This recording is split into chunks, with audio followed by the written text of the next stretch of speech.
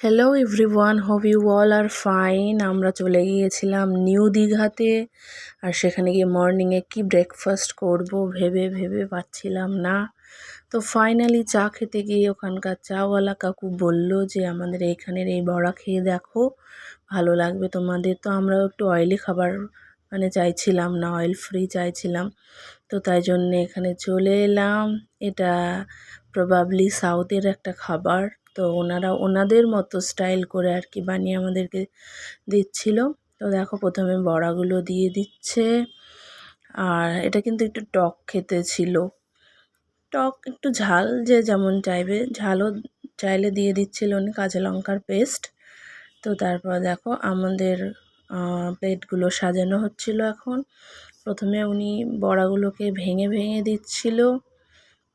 আমরা এখানে 8 জন ছিলাম একসঙ্গে।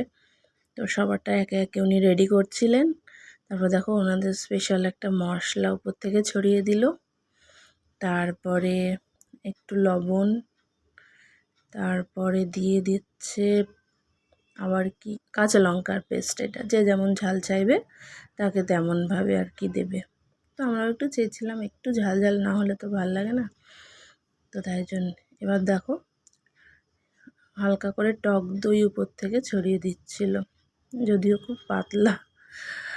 তো দেখো তারপরে উনি কি অ্যাড করে, তারপর পেঁয়াজটা ছড়িয়ে দিচ্ছিল।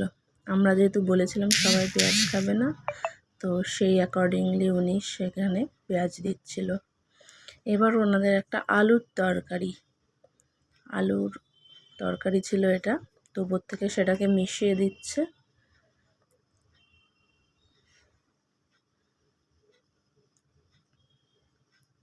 এবার উপর থেকে ছড়িয়ে দিচ্ছে ঝুরি ভাজা।